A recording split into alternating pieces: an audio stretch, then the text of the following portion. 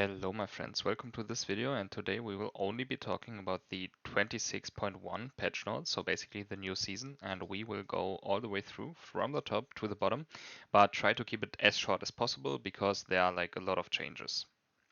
So the first thing is basically like a small introduction. I think main thing is that base crit damage is now at 200% instead of 175. And then we just gonna go through it, honestly, step by step. So, role quest, probably the most important one. I made a video about this already. I will put it down in the description. So if you're interested in watching that, I have like a full detailed video on how these quests works and what they do, but we will talk about them now. So this year we're introducing major new concept to Summoner's Rift role quests, right? Building off the item-based quests that junglers and support players have had for years. We're adding new lane phase definition quests for the other three positions, right? And that's basically it. And like later on, we will also go over all the role quests. And here they're basically saying that like a big reason for it should be the lane swaps, right? So they kind of want to get the lane swaps out and that like people go onto the lane that they also queued up as. And yeah, that's basically it. And then they're saying you'll basically be assigned to the position quest, right? Like whatever role you are queuing, for example, let's say you queue AD carry, then you will also be assigned to the AD carry quest role. So that's basically it. And then queuing up. In all queues with assigned positions, you will automatically be given the quest associated with your assigned position in champ select. Yeah, and then in custom summoner rifts, right, there will be a tool where you need to select your position basically. So yeah, your quest before going into the game. And then completing your quest. Once in game, you'll complete your quest by playing out your assigned lane for each position. You'll earn points. Reflect in the UI near your inventory. It's like in the bottom right, basically. For taking actions and we've earned enough points, and you'll receive a reward. Support and jungle players will earn points for taking basically the same actions as before, so for them it's not that big of a change, but especially for laners, it's pretty crucial. And yeah, that's it. So for support, it will be the same. And for top, mid, and bot players, you will earn points for champion takedowns, epic monster takedowns, minion kills, turret plates, turret takedowns. And some will passively generate over time. Okay, so let's look at it again, right? How do we earn the points for our quest? It's for champion takedowns, epic monster takedowns, minion kills, turret plates, also pretty important, and turret takedowns. And some will passively generate over time. Yeah, minion, turret, and plate rewards are doubled in your assigned lanes. So that means basically, let's say you have the AD carry quest, for example, and you are like taking the plate on bot lane, then you will get double the rewards, right? Like mid laners will also progress by dealing damage to champions. Okay, that's pretty interesting. Then passive generation is slow outside of your lane, but a significant amount over progress while you are around your assigned lane. So when you're, for example, queuing as mid lane and you're around mid lane, then your passive generation of the quest is basically way faster than if you would go somewhere else. I guess this is also to kind of prevent lane swaps a bit, so that the bot lane is going to top lane and top lane is going to bot. And yeah, I think then we're just gonna go like into the quest itself. So we already talked about how we can basically get it, but here you will see it again. Top lane, right? Like golden experience from minions reduced outside of your top lane until level 3. So I guess also to prevent lane swapping. Then quest progress. So you need 1.2k points for your quest completion, and then it's like done basically. Then you have your quest completed, and it's you get 1 per minion kill plus 2 in top lane. Right, like here you see the stats for epic monster takedowns, per turret takedown, turret plate, per champion takedown. I'm not sure if they will play around with these numbers, if they are like good right now or not. I'm not too sure, but that's basically it. And then we also have quest rewards always. So for top laners, the level cap is increased to level 20. We get 600 plus experience just by default, which is like kind of crazy. And all future experiences gain increased or like are increased by 12.5%. That basically means like whatever XP you get on the map, it's like increased. If the top laner did not select teleport a summoner spell, gain unleashed teleport on a 7-minute cooldown. So basically, let's say you're playing Flash Ignite or whatever, then once you completed your quest, you will get a summoner. TP, so Unleash Teleport, on a 6-minute cooldown. So that's like pretty insane. And if the top laner did take Teleport as second summoner spell, or like first one, doesn't really matter, then there will be a shield for 30% of their maximum health on arrival, right? Lasting for 30 seconds, which also sounds pretty good if you're like teleporting, for example, into a fight. Then jungle. Jungle quest completion is mostly unchanged, except for some light tuning. They're saying you'll complete your quest sooner, and the reward is slightly reduced compared to the other options. In addition to their previous rewards, junglers now get increased gold and experience after completing their quest, better allowing them to be a powerful champion later in the game, as well increased movement speed in the jungle. Yeah, that's basically it. So instead of like 40, we now have 35. The movement speed duration is reduced to 1.5 seconds. Smite damage, right? Like some small adjustments. I think that's also pretty insane for junglers. Like I'm gonna be honest. And after quest completion, junglers gain 4 movement speed in the jungle or river, increased to 8 while out of combat. And after quest completion, junglers gain plus 10 gold and XP per large monster killed. Really, really nice. And then mid laners. Mid laners uniquely progress their role quest through dealing damage to champions in addition to other events. For rewards, mid laners receive a free upgrade to their boots and empowered recall. Yeah, we'll get to that. And the boots upgrades are based on the items introduced for feats of strength, right? These feats of strength, they got removed. But yeah, that's basically it. And then to the quest progress itself. Like we basically have like from like the same things from top lane, but you simply need a bit more points to do it. And then range champions gain 1.5 of the damage dealt to champions as quest progress, and melee champions gain 3%. That's pretty nice. So I guess there will also be like melee mid laners a bit more viable. Yeah, and then the rewards. That's like what's really important for us. It's a tier 2 upgrade to their like boots, like whatever boots they bought, they will get an upgrade. Like the feats of strength right now, you know them probably, and you will get this upgrade as a mid laner. That's simply it. Yeah, and then every 5 minutes, get an empowered recall, reducing the channel time from 8 to 4 minutes. It's imagine you would have a Nash buff, or you would have taken the Herald down, then you also get like a faster recall. And champion takedowns reduce the cooldown of empowered recall by 1 minute, which is crazy. So let's say you're fighting, you're acing the enemies, then your recall is like up again, which sounds pretty cool. And then here are basically like the stats of like each boot, or like the boots in general, like the upgrades that you get. Yeah, you can like take a look at the numbers. For example, we have attack speed boots here. There you basically see it. But yeah, that's it. If you're interested in the numbers, just feel free to pause the video here and you can take a look at it. Then bot lane. We're doubling down on bot laners as the game's defining gold income carries. Bot laners focus their quest more from minion kills than other positions and are rewarded with some upfront gold, increased gold income for the rest of the game, and the ability to move their boots into their role quest slot, freeing up an inventory slot for more component items, or even a fully completed 6th item if the game is like long, right? Then we also have 1.35, and you see it here, 1.5 per million kill, 3 in bot lane, right? Like epic. So you basically see it's always the same. They're just playing around a bit with the numbers, obviously. And then the rewards for the quest, like for example, the top laners got XP, and in this case we will get gold.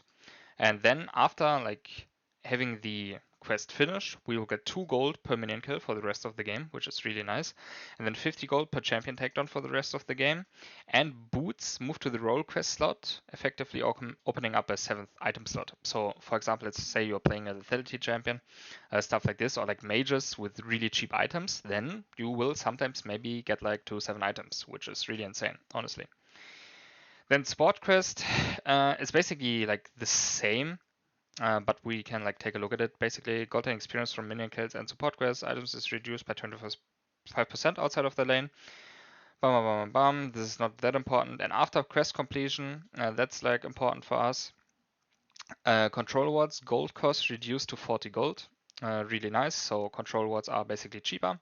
And after quest completion, store up 2 control wards on your role quest slot instead of your item inventory. So basically there is a slot for supporters with pink wards, right? So it doesn't end up in your inventory. And that's basically it for the quests already. And the next one, Atakan, roses, feeds, and kills. And there's like a lot of text right now. I've already read through this, and basically this is the important one. So, feats of strength have been removed from the game. First blood once again grants 100 gold to the killer, right? Like if you get first blood, you're getting more gold again. The first turret destroyed once again grants plus 300 gold. Atakan has been removed from the game and will no longer respawn, no longer spawn, right? So Atakan is out of the game. Blood roses have been removed from the game and will no longer spawn. They are also completely out of the game. And base kill gold devaluation per 1 gold given on death. For example, dying and giving away 300 gold will reduce your base kill gold by 75 gold. I'm not sure how this will end up, but it sounds like a good change, honestly. And base kill gold revaluation per 1 gold earned, 0.1 to 0.2. This change does not affect the accrual of positive bounties. Okay, I see. Yeah, so I think like most important one for us is that the feats have been removed, right? Like First Blood, Turret Destroying, and Atakan, and like the roses are basically out of the game. Alright, then Epic Objective Tuning. Also really long point. I'm not planning to go like too detailed into this one, but basically like you see it here already. They are like tuning or like playing around a bit with the objectives, so they are not that easy to take anymore. We can maybe take a look at this. We've also simplified and buffed all dragons, comeback experience mechanic, which rewards underlevel champions and champions on the losing team, right? So if you are, for example, behind your losing team, then you get Drake, it will be like will get a better reward. Yeah, and here you just see like some sort of stats. You see that the dragon, he's getting tankier, right? Like more armor, more magic resist, more growth. And yeah, if you're interested in the stats, just feel free to pause again. And that's basically it. Elder Drake, it's same thing. Like they are just fine tuning a bit with these stats. So I'm not too sure how it will actually play out in the game, but I'm curious to see. And also the total gold is like getting reduced a bit. Total experience also going down. Yeah, and that's basically it. Like then there are void grubs, right? You see it here. It's basically the same thing. It's not that important for us right now because I always tell people to rather play the game instead of just looking at stats. Like if you see void grubs, like just get a feeling for like how it is right now, like how much damage are these things doing, like when am I able to take them, stuff like this. And then Rift Herald, also a valuable objective, of course. Like you see it here again. They're like playing around with the same numbers basically all the time. Like XP radius is way higher, for example. And yeah, that's it. If you're interested in the stats, you can pause it, but in my opinion, you should just play like a few games and then you will get a feeling for it. Atakan has been removed from the game, right? We saw that one before, and now a really important change is actually the Baron change, because the spawn timer will shift from the 25th minute to the 20th again. So the game, I guess, will be paced a bit faster. Like 20-minute Nash is always really strong, but Nash is really hard to kill. So yeah, I played a few games already on the new patch, and the Nash feels really hard to kill, especially at minute 20. And I mean, it's same thing again, right? Like they are just playing a lot with the numbers. We don't need to get like too detailed on that one. Okay, then jungle adjustment. Buff camps. We're removing the global red and blue buffs that were available after 25 minutes for a few reasons. And then they are like talking here a bit. First, we think that the buffs should be meaningful, and giving them out globally makes them less special when you do get one, right? Like it makes sense. Since these buffs aren't very impactful if they're given out to 5 champions at a time, it also made it harder to appreciate the reward, since it could often show up without any version. I mean, this doesn't really matter. Yeah, they're just explaining like why they are doing this change. And then, when spawn timer no longer corrupts red and blue buff, yeah, which means the global buffs give the monster. Okay, good. So they're basically just removing that. And I guess we would need to take a look. But like they're playing around with numbers here, like once again. But yeah, we will like see how it's in the game. But they are just basically removing that it's like global, and I think that's a really good change. And then jungle rules. Our jungle changes This season are aimed at slowing down their early clears in order to give more room for lanes to play out their early games without as much intervention. Okay, that's cool. We're also reshaping the feel of early clears by giving junglers damage reduction to help players have a more comfortable time when clearing the jungle, and compensating the amount of health they get back to achieve fairly similar health for experienced players to kite camps well. Okay, makes sense. Then there are like some new things in the jungle. Junglers take 50% damage from non-epic monsters. Okay, that's actually crazy. I'm not too sure about that one, but I feel like then junglers can from non-epic monsters. Okay, so they get less damage. Okay, now restores 15 energy on large monster kill. Okay, and then here it's like same thing. They're just playing around with the numbers a bit, and we'll need to see like how it turns out in the game. But I'm a big fan of like changes in general. But yeah, let's see how that one plays out. Yeah, these lights and vision changes like super important. Mm, It's basically a new map feature we're introducing to improve the vision system. They appear as rings of glowing mushrooms on the ground, some present at game start and some up on the elemental rift transformation.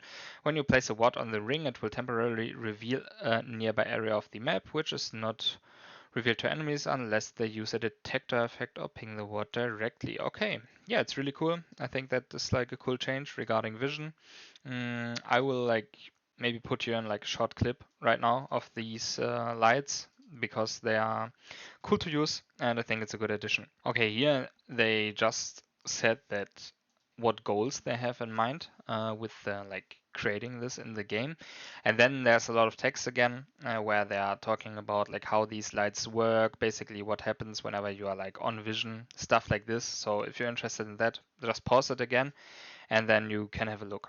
When we get to the locations, one near each base gate, 4 in total, providing vision into the nearby jungle. One in each island brush near top and bot, right? 2 in total, providing vision into the river, and one in each river wall brush near mid banana bush, yeah, exactly, providing vision of nearby river. And that's basically it. Oh yeah, and one near sided in each quadrant, 4 in total, providing vision in the jungle path along the lane. Alright, sounds cool.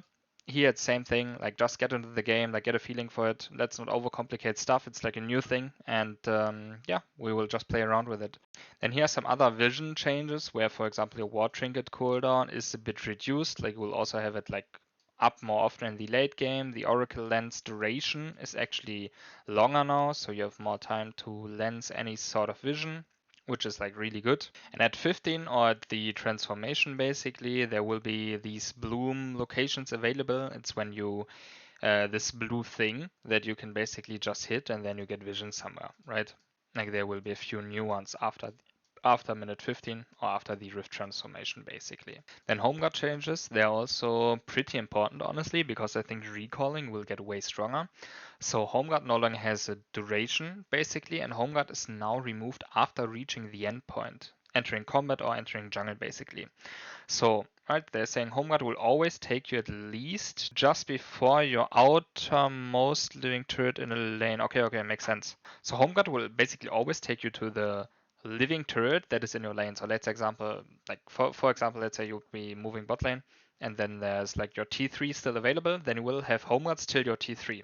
And home guard will always take you at least to your inhibitor in base. That's basically the change. So for example, when you would be recalling, like let's say you crash, I don't know, 3 waves on bot lane or like whatever lane and you're recalling, then you can like move back immediately and you will have full home guards actually available. That will be huge. So I think recalling will get way better.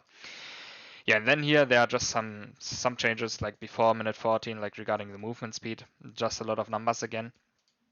And that's basically it. And the crystalline overgrowth, it's like a new feature that is around the turrets. I also made a video about them. But basically you have targetable lane turrets are now subject to this thing. So they're like stones around the turret that you can basically proc, right? And a 90-second start cooldown, right? At that point, the turret will take true damage the next time an enemy champion attacks. I can also put you like in a picture here of how it looks like, and that's basically it.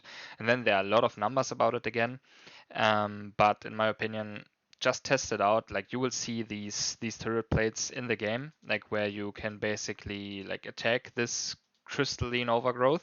And then there's also demolish change, that it's like not charging up anymore. It's your third attack against towers deals bonus physical damage. That's basically it. It has like lower cooldown, and I think it just does less damage overall. Then game start time, also super important. So the minion spawn time before was at 105, now it's at 30 seconds. So every 30 seconds wave will spawn. That means like 30 seconds will be the first spawn timer, and then the game is basically starting already. So that is also really important, right? And you just see like when camps are spawning here. So for example, Red Duck camp spawn 55, like Crab Grump camp spawn 107, River Scuttle, like when they are spawning.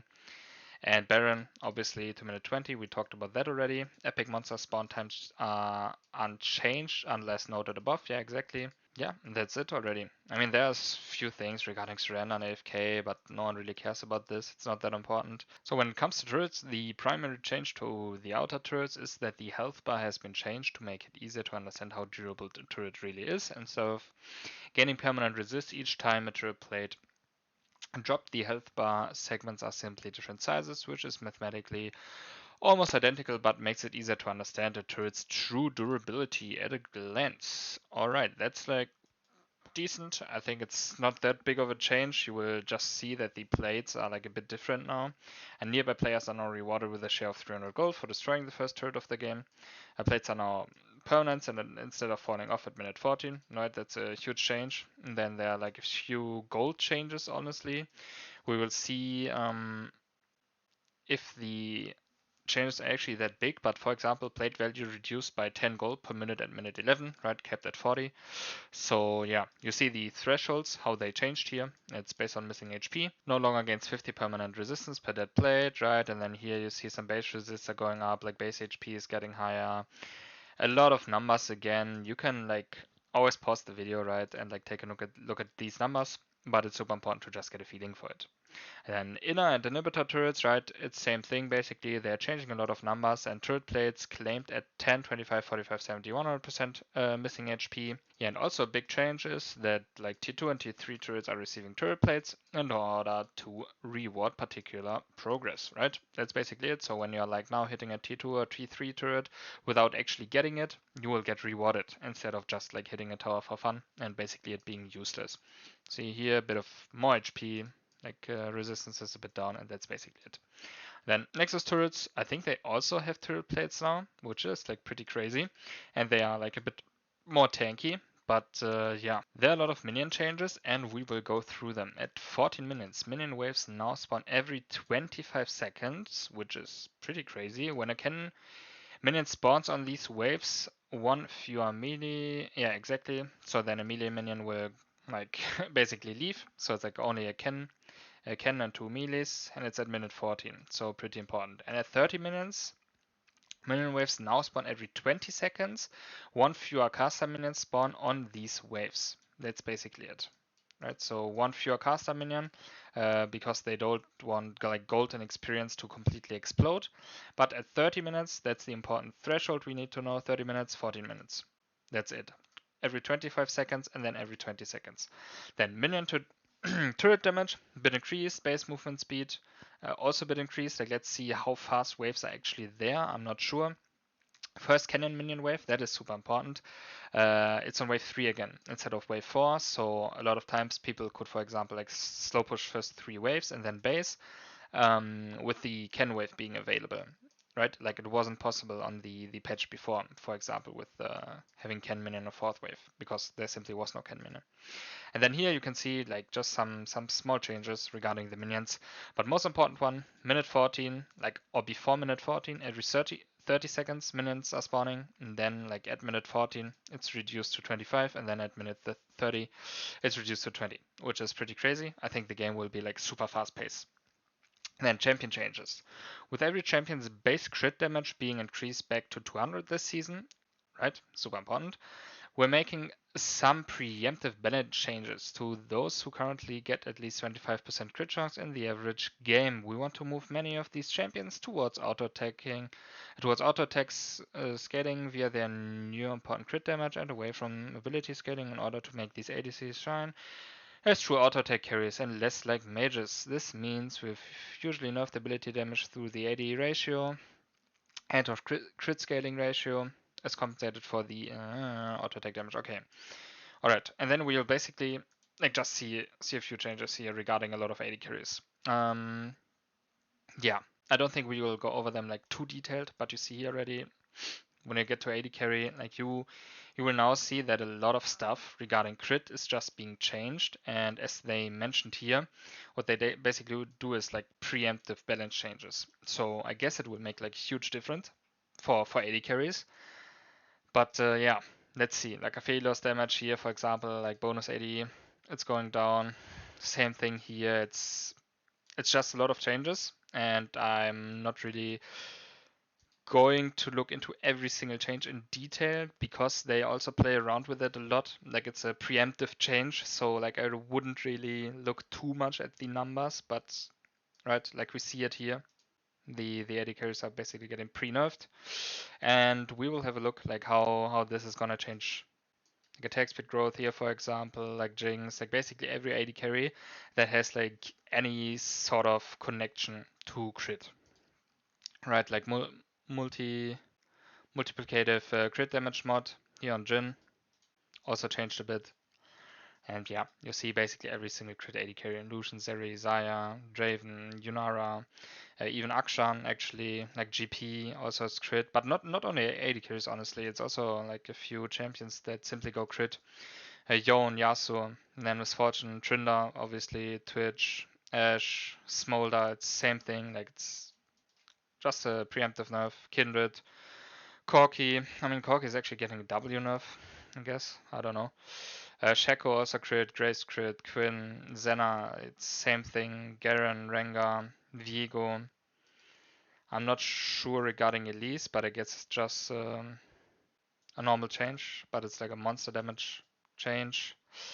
And Jack's passive, and that's basically it. And now let's get straight to Omnivamp. Omnivamp now applies at 100% value, reduced to 33 value from pets, damage over time damage, and area effects spells against minions. Okay, we had Omnivamp items back into the game. Now we have a few ways. When it's previously reworked, Omnivamp's stat isn't doing its job well enough. Yeah, okay, because Omnivamp was like really useless, honestly. We're updating it here to function fully as lifesteal. Only use against minions. Okay, I mean, sounds good. Let's see how that one changes. Then life draining passive. Yeah, so they basically just removed the passive from Dawn Shield and added like the Omnivamp on top. And now it's actually getting like important. We are getting new items. Dusk and Dawn. Most AP fighters have incentives in their kit to auto attack, but they have very little access to items that actually support that pattern. Since Lichbane and Nash's Tooth don't offer the defensive stats that this subclass often needs, Dusk and Dawn offers a sheen pattern that doubles on hits to help champions in this space live their dreams of sustained combat with lots of additional on hits to enhance whatever their kit is already doing. Okay, we have build path Sheen Blessing Wand, right? So it's like kind of AP on hit item. I guess this can be something for the Gwen or something, for example. After using an ability, your next attack deals 100. Oh, okay. Plus on effects. Okay. I mean, that sounds good already. I guess it's like a for AP fighters for sure. Like Gwen is coming to my mind when I see this item. Not really, like maybe it's, I mean, Silas is not really converting attack speed that well, I guess. But yeah, let's see how this one performs. Maybe it's also something for champs that could go Lichbane, maybe like LeBlanc, and you basically with the attack speed you get more autos off faster. I'm not too sure yet. Then Fiend Hunter Bolts, also a new item. It's a marksman item with the Zeal and Slingshot. Total cost 2650, attack speed 30%, critical strike, movement speed, and basically you get 30 ultimate haste. Is it just ultimate haste or do you need to do anything? I'm not too sure. When marksmen look at zeal items, we want them to have different options you have to choose from that are good in different situations or good for particular champions. Bolts allows concentrated moment of power after casting an ultimate, which is particularly exciting for the marksmen that already have the pattern like Twitch, Zeri, Yunara. Some others might like the ultimate haste this item offers, or just want to be able to get immediate combat value after you ulting. I guess this can be something for Zeri. After casting ultimate, your next 3 basic attacks within 8 seconds gain critical strike. Attack. If an attack would already critically strike, okay. I see. So after you're casting your ultimate, your next 3 basic attacks basically are really strong. Maybe this is something for Twitch. I'm not sure. Like Zeri also sounds good. Like maybe Varus even, but there's like no crit build.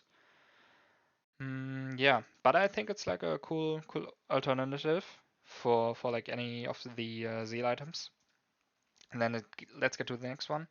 Endless Hunger. Since the removal of Godranker and the removal of Omnivamp on Eclipse, AD casters fighters have had little to no access to sustain via the item system. Endless Hunger is heavy AD scaling item that rewards building high amounts of AD, can lead to an awesome pop-offs in teamfight if you can get takedown and keep casting through the enemy team. Okay, so it's an AD bruiser item basically. It actually gives you tenacity, which sounds pretty cool honestly already. And then you get like ability haste based on bonus AD. I like that. And when a champion that you damage within 3 seconds dies, gain 15% Omnivamp for 8 seconds. Okay. Yeah, I mean, sounds like a solid option. Maybe for people that like to go Eclipse or like AD caster, fighters, whatever. We'll see how that one is actually performing. The next one, Bastion Breaker. I guess it's an assassin item for ADs. Brutalizer, Serrated Dirk. Sounds like a good build path to me at least. Like total gold, 3.2k, attack damage, lethality, ability cost. Dealing ability damage to a champion or epic monster deals an additional 30 plus 150% lethality true damage. Dealing ability to it. Okay. I mean, that sounds crazy. Maybe that's even something for like AD carries like Misfortune or something, because if it's just one ability, I guess you can use it as like a poke tool. Sabotage, taking down a champion within 3 seconds of damaging them, grants Sabotage for 90 seconds. While you have Sabotage, your next attack against an epic monster or turret is an additional... Okay. 2.5 thousand lethality percent? I'm not sure if this is correct, but that sounds good actually. So when you're getting a kill basically, and then for 90 seconds, your next attack against an epic monster or turret deals like a lot of damage. I mean, this honestly for me, this sounds like a more of a mid lane thing. Like maybe assassins on mid lane will be viable again. Like maybe Talon or something like this. I think it sounds pretty cool, honestly. Then Actualizer, I guess you call it like this. With Lost Chapter Blessing one, so it's an AP item. Total gold 3.1k, ability haste, ability power, and mana. And the active is mana made real, 60-second cooldown. For 8 seconds, your mana is empowered. Okay, so your mana is empowered. While empowered, your spell costs 100% more mana. You gain 15 plus bonus mana, increased ability damage, healing, shielding, progress 30% faster. Okay, that's cool. I mean, it's been a while, but we've got a new active item. This one is made to support mana stacking builds to create more builds where mana isn't just a limitation, but instead make it so that it can be an advantage to have large amounts of mana available to you. Okay, activating significantly increases your mana cost in exchange for lower cooldowns and more ability damage, healing and shielding for short duration of time. That sounds pretty cool, honestly. Like, for example, when you're playing a mage and you want to do like your way full combo and you activate it, you are simply doing way more damage. But in like exchange for that, you obviously have more mana cost. But sounds cool. Something new for sure. I think there are like not a lot of active items that are actually viable on lanes. Then Hexoptics C44 or something. We've always wanted to support more diversity in crit marksman builds after the first item. So Pickaxe, Noonquiver, Longsword. Total cost 2.8k, pretty cheap. Attack damage, critical strike 25. Magnification, deal up to 10% increased damage with attacks based on how far away the enemy is. Okay. so it's for sure a ranged item. And then Arcane Aim. When a champion that you damage within 3 seconds dies, gain additional 100 attack range for 6 seconds. Okay, that's really nice actually, but it gives no attack speed, so only crit and 80. Maybe it's an item that you can like slot in on second item or something. Like maybe when you're going a crit 80 carry, maybe for failures, this sounds pretty nice honestly, because you get like more range. But yeah, we will see, but it's for sure nice that this item exists. This one is a support item. Tank supports don't have very many items. Yes, that's true. So 200 health, 20 armor, magic resist, ability ace, and then fanfare is its passive. Slowing or immobilizing an enemy champion grants fanfare for 8 melee for range seconds. Okay, fanfare grants 20 movement speed. While you have fanfare, nearby allies, including yourself, gain 30% melee attack speed. Okay, so basically when you're slowing or immobilizing someone, then nearby allies, including yourself, gain attack speed. That's pretty nice, honestly. That's pretty nice. And then Protoplasm Harness. Health ability haste 2.5k, and the passive is Lifeline. Taking damage that would reduce your health below 30% causes you to gain 200 maximum health for 5 seconds, then heal 200. Okay. Over the duration. While regenerating health, you gain 50% increased side movement speed and tenacity. Okay, that sounds cool, honestly. I feel like this can be a really good combination with like Mundo Ultimate or something. Like whenever you're dropping like below 30% HP to gain 200 maximum health for 5 seconds. Sounds cool, honestly. Sounds cool because then you heal afterwards, right? Okay. Yeah, interesting. And the next one, Whispering Circled or Diadem of Songs. This is a two item pair for enchanters, a new evolving tier item. Some enchanters really like mana and some even step into the mage system to get it. So we're going to offer a new item that allows them to get flat mana from the enchanter system, but also scales well with additional mana purchases if anyone does want to get into heal based mana stacking builds. Okay.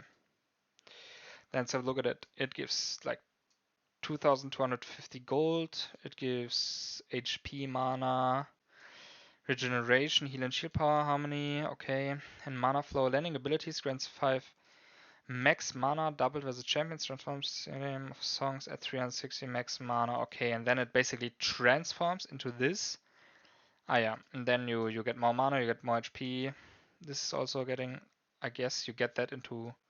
Is that in addition?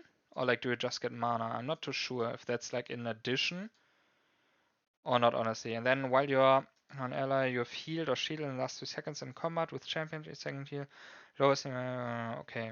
While you or any ally you have healed or shielded in the last 3 seconds is in combat with champions, each second heal the lowest health nearby ally, bonus mana. Okay. Doesn't sound bad. Maybe it's like a Soraka thing or something. Let's see.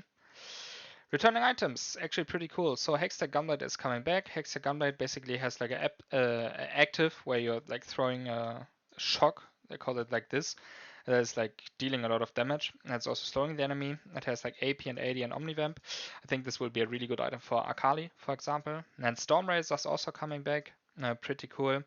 It's basically a crit item for AD carries, but can also be used on other roles. It has attack speed 80, a lot of gold though.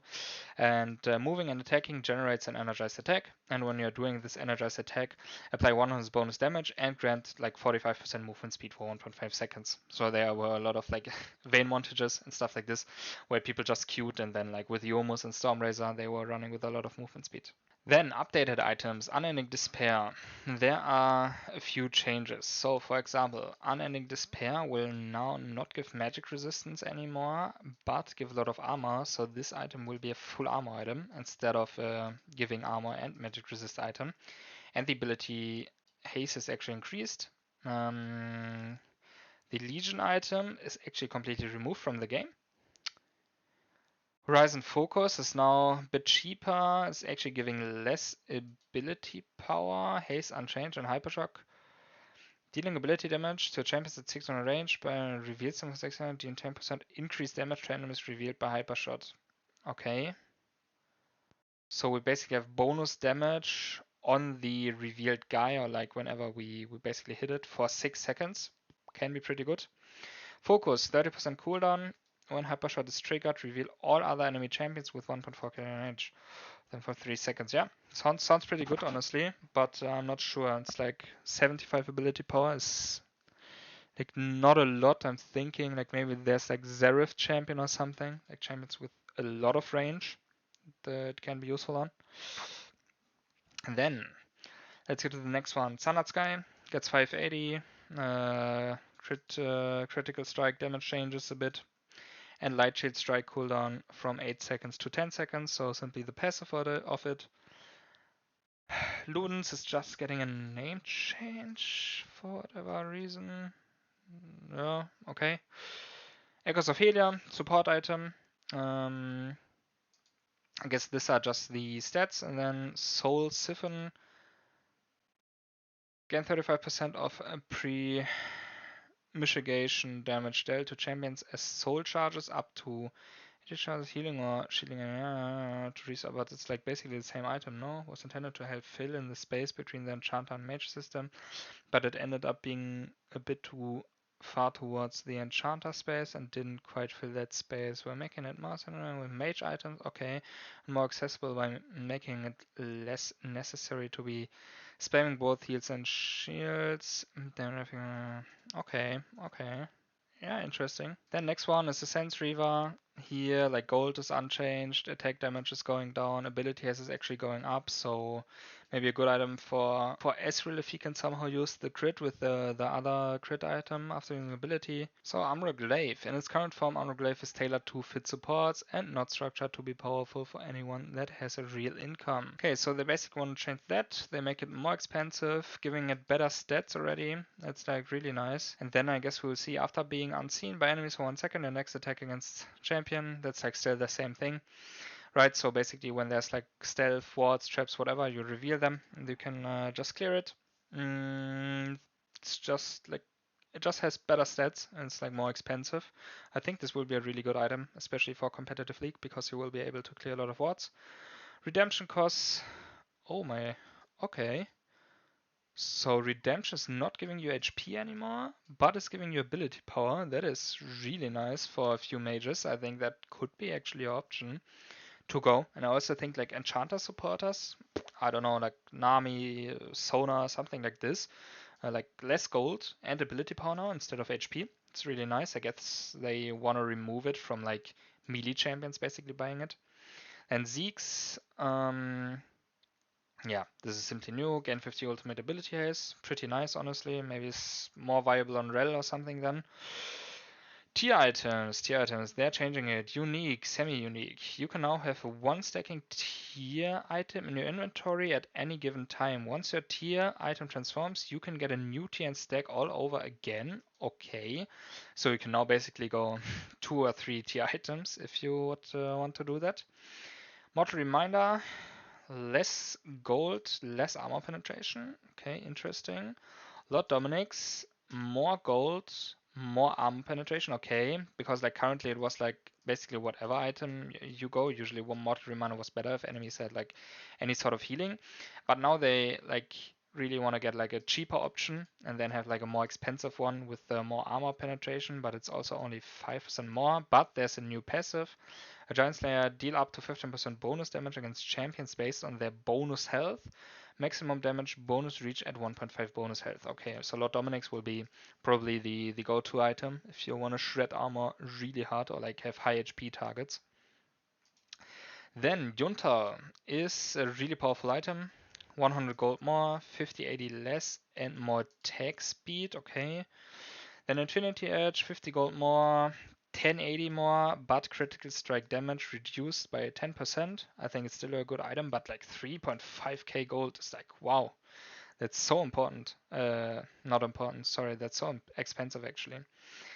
Then ranked and matchmaking changes. Yeah, it's basically like saying when the season is ending. So if you're currently watching this video, the season will start like at the 8th January. I'm not sure which time, but yeah, probably when you're watching this video, then ranked is already live. And you can go straight into it. End of year season rewards. For everyone that is like kinda curious about it, you will get a ranked emote, ranked item, and I guess there's also 3 victorious skins, recurring all victorious skins of the year. Oh, yeah, okay, interesting. In order to receive rewards, player must have an honor level of 3 or above. Okay. Aegis of Valor, autofill status won't go away by dodging the champ select. If a player dodges an autofilled game during the champ select, the status would carry on until the player plays the autofilled game. I'm not sure about this, but okay. For masters or above players, dodging a rank select would now cost more LP. Okay, so for master plus players, I guess if you're dodging a game now, then basically you will get a loss in terms of LP. Ranked flex will have a better and more reasonable skill rating based on your solo duo's Q rank. Okay, maybe then flexi will like be more more thing to actually play. Apex duo restrictions update for solo duo queue. For the CN and Korean server, I think they can only play solo queue and Master Plus, but right now on the EOS server, for example, or NA, like D1 can duo with D3, D1 Master, Grandmaster, Challenger, right? And Challenger can also duo with D1 Master, Grandmaster. I think that's a bit weird, but let's see how they gonna do that. In my opinion, Challenger players should like maximum be able to duo queue with Grandmaster players, but it will be way more fun for higher elo players.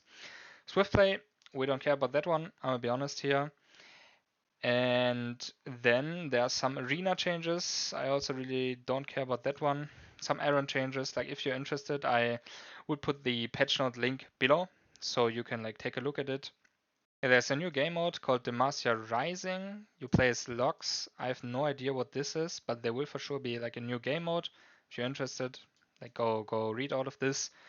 Then lobby, hostage taking, and player behavior updates, super important. So when you have champion selects and like someone is hostaging you or like, I don't know, picking Nunu with Ghost Cleanse, then there will be a new feature, which is like pretty good if it works. So this will never trigger without a report in champ select. So you always need to report if you believe like someone is hostaging you, and there can be a like termination of the champ select if, for example, the system identifies someone hostaging you for whatever reason. Um, I'm not sure if this is like working or will work like really good. I have no idea, but if it's like actually working, then it's a really nice feature. Then lane-based autofill matchmaking, also really nice. So they basically want, if one team has a jungler autofill, then they basically want, what they want to do is get the other team autofill jungler as well to like keep the game kind of competitive. That's basically it. Then Riot Games Community Pact. Yeah, they're just having a new community pact. Play to win, play fair, play with respect, or play something else. That's it. Clash will be available like 12th January. If people are like down to play that, or registration begins there. And then here you can see the tournament dates. And then there are like a few bug fixes, like a lot regarding Rengar, and some upcoming skins. And that's basically it. I hope you found this helpful. I made like a fast run through the patch notes because I'm not really interested in looking at every single stat in the game right now, because there will be so many changes anyways that I would just advise you to play the game. If you watched it this far, thank you very much. Always like appreciate any sort of feedback, and I'm wishing you a nice day. Goodbye.